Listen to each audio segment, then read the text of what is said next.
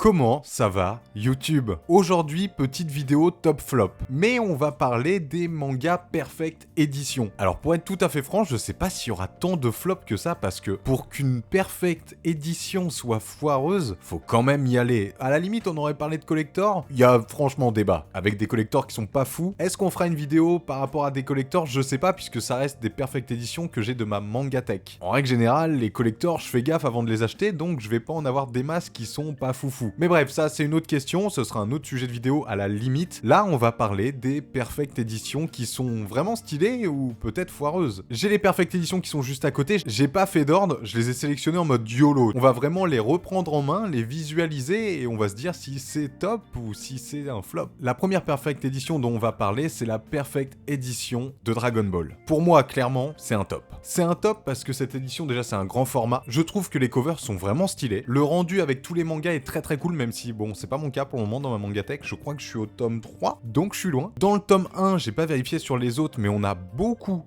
de pages couleurs, ce qui rajoute quand même le côté qualitatif. Le papier est clairement d'assez bonne qualité, donc rapport qualité-prix, clairement, on y est. Je pense que ça prend 2 tomes, hein, à peu près. J'ai pas vérifié. On n'est pas du tout sur un top 10, mais en vrai, si je devais en faire un, je pense que cette Perfect Edition serait vraiment placée assez haut. On enchaîne avec la deuxième Perfect Edition, qui n'est autre que celle de Gantz. Alors, top ou flop? On est sur une édition en format manga classique. Par contre, beaucoup plus épais. Je pense qu'il doit y avoir 2 voire 3 tomes à l'intérieur. Rapport qualité-prix, on est dans les prix, y a pas de problème. Il me semble qu'on a 0 page couleur, et je vous avoue que j'ai pas du tout le format classique. Je commence les Gantz vraiment avec cette Perfect Edition, que j'aime bien. Je trouve au niveau de la tranche, ça rend assez bien. J'aime bien le côté gros mastodonte, tu vois. Pour moi, ce sera un top, mais elle n'apporte pas grand-chose, cette Perfect Edition. Les connaisseurs de Gantz, vous pouvez me contredire si jamais je me trompe en commentaire, mais en vrai de vrai, il n'y a pas de gros plus, je pense, à commencer avec l'édition Perfect. Mis à part, je sais pas où il est, mais il me semble qu'il y a un marque-page dans chaque tome, donc à la limite, faut le prendre quand même en compte. Mais je suis pas en train de cracher dessus, moi il fait très bien le taf, donc forcément il va en top. La Perfect Edition de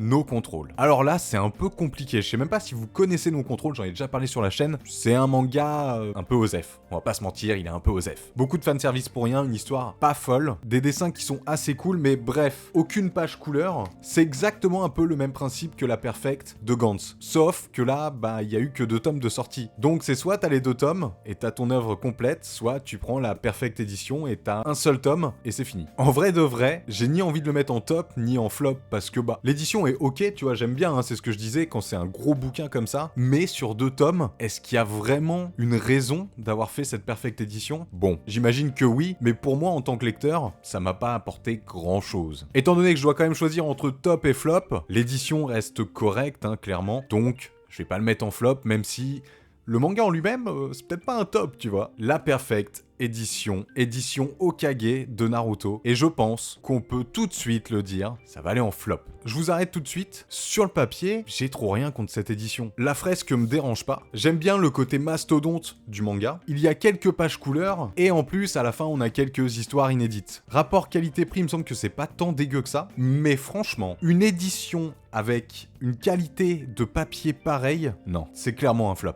Alors attention, hein, on peut être content, c'est vraiment une édition qui n'existe qu'en France, donc c'est quand même banger. Mais c'est pas parce que ça n'existe qu'en France qu'il faut que ce soit pas ouf. Un bon point là-dessus, mais un mauvais point sur la qualité du papier, vraiment, genre, là vous rendrez pas compte, mais moi, si je regarde un petit peu, je vois déjà la page de derrière. Genre, ça n'existe pas, quoi. C'est vraiment ultra pas quali du tout. Alors il y a eu plein de vidéos où on en a déjà parlé, donc je vais pas polémiquer sur le sujet. Sachez juste que forcément, c'est bien l'une des rares raisons qui va faire que c'est un flop. C'est vraiment au pif les gars, mais on va passer du tout au tout. Là on passe sur FMA, la Perfect Edition, qui je trouve est juste l'une des meilleures Perfect Edition. Vraiment. Le côté rigide, ultra qualitatif qui est lié quand même au cover, ainsi que les pages qui sont incroyables. Je veux dire, le papier, il est ultra qualitatif, niveau rapport qualité-prix, on est dans les prix, un banger, vraiment, cette Perfect Edition, je pense qu'on est tous d'accord pour dire qu'elle est vraiment incroyable. Une Perfect Edition comme ça, on aimerait en avoir sur nos œuvres préférées, mais H24. FMA, j'ai vu l'animé étant plus jeune, j'ai pas trop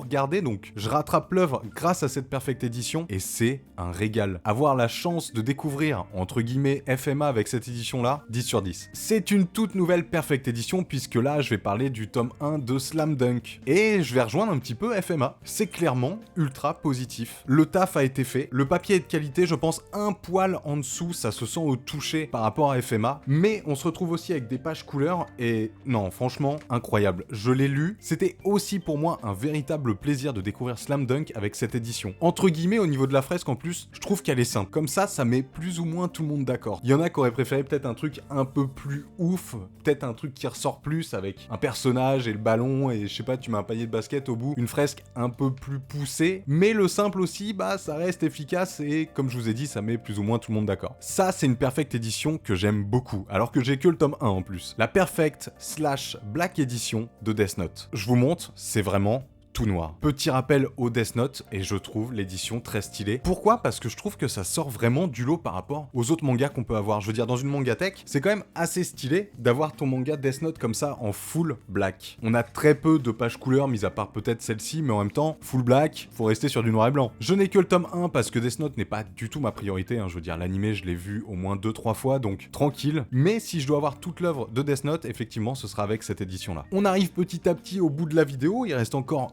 4 Perfect Edition. N'hésitez pas à me dire en commentaire votre Perfect Edition préférée, voir si c'est vraiment FMA qui va sortir ou d'autres œuvres. Et tant qu'à faire, n'hésite pas à t'abonner. Bah oui, juste ici, on est de plus en plus nombreux, on a dépassé les 2400 abonnés, les gars. On approche des 2005, je suis comme un ouf. Je suis vraiment en train de me dire que si je devais choisir faire un top des Perfect Edition, ça serait super dur. Cette Perfect Edition est aussi incroyable, avec des covers rigides que j'aime beaucoup. Déjà pour la lecture, je trouve ça assez cool, en termes de maintien et tout, et on a des pages couleurs, et le rendu avec les dessins de Boichi, voilà là.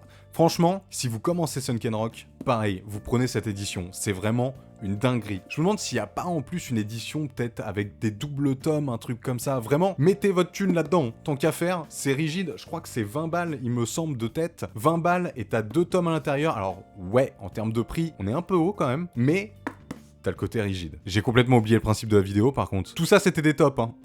La Perfect Edition de Neon Genesis Evangelion, assez semblable à celle de FMA, or celui-ci est beaucoup plus rigide, donc forcément ça joue sur le côté qualité papier ainsi qu'au niveau des covers. Le rendu en grand format est très cool, on a 2-3 pages assez rigides avec des pages couleurs qui rendent très bien, et ouais c'est un petit kiff de se retrouver avec des dessins qui datent un peu, tu vois, qui font un peu rétro, avec une qualité d'édition comme ça, donc c'est un top. Oui, je reprends le principe de la vidéo, j'avoue. Il nous reste 2 Perfect Edition, est-ce qu'il va y avoir un deuxième flop ou pas avec l'édition Hokage de Naruto? Et bon, on va voir ça maintenant. The Breaker Perfect Edition, je vous le dis tout de suite, c'est un top. Qualité du papier, vraiment ok.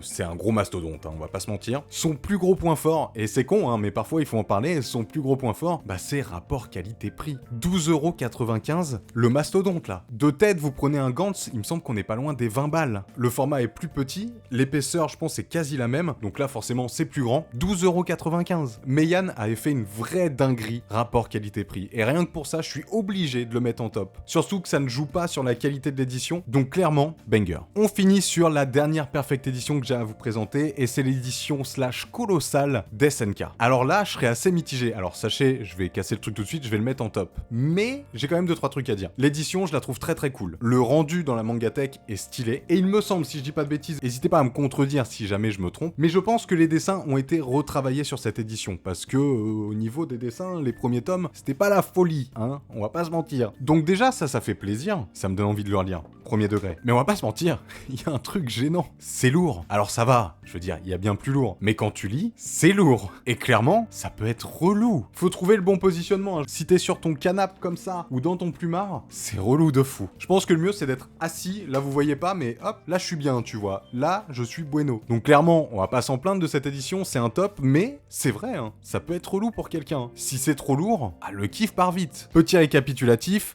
on a un seul flop, et je m'en doutais un petit peu, parce que vraiment, cracher sur une Perfect Edition, à part une grosse connerie, entre guillemets, c'est compliqué. À part, je sais pas, par exemple, un prix qui est beaucoup trop haut, ou l'exemple de Naruto avec des pages vraiment pas qualitatives, genre, je pense que le manga de base, le manga simple, est plus qualitatif sur le papier, let's go, que la Perfect Edition. En tout cas, c'est la fin de la vidéo, j'espère qu'elle t'a plu, même si entre-temps, j'ai un peu oublié le concept, on va pas se mentir. N'hésitez pas à me dire en commentaire si vous avez kiffé, nous on se retrouve dans une prochaine vidéo, comme d'habitude. C'était Gaki-san, salut les gars.